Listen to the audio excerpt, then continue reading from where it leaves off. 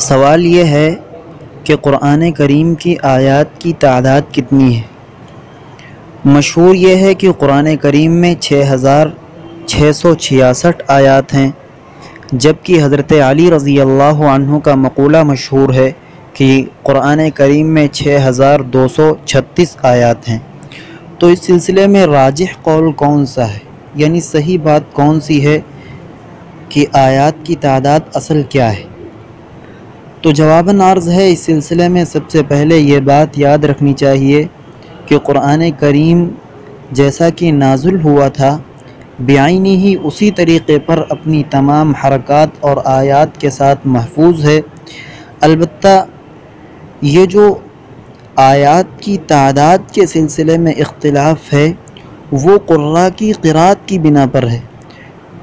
بعض حضرات وہ ہیں جو وقف کرتے ہیں تو وہاں سے دوسری آیت شمار کرتے ہیں، اور بعض حضرات وہ ہیں جو وقف کو آیت شمار نہیں کرتے ہیں۔ تو جو لوگ وقف کے بعد نئی آیت شروع کرتے ہیں ان کے یہاں آیات کی تعداد زیادہ ہو جاتی ہے، اور جو لوگ وقف کے بعد آیات کو اثر نو شمار نہیں کرتے ہیں ان کے یہاں آیات کی تعداد کم ہو جاتی ہے۔ اور ویسے بھی یاد رکھنا چاہیے کہ آیات کی جو تعداد ہے اور اس کی گنتی جو ہے وہ دور نبوت میں نہیں ہوئی ہے، یعنی رسول اللہ کے زمانے میں اس کی آیتوں کو گنا نہیں گیا تھا، بلکہ بعد کے لوگوں نے سہولت اور آسانی کے لیے اس کی آیتوں کو گنا ہے۔ البتہ قرآن کریم میں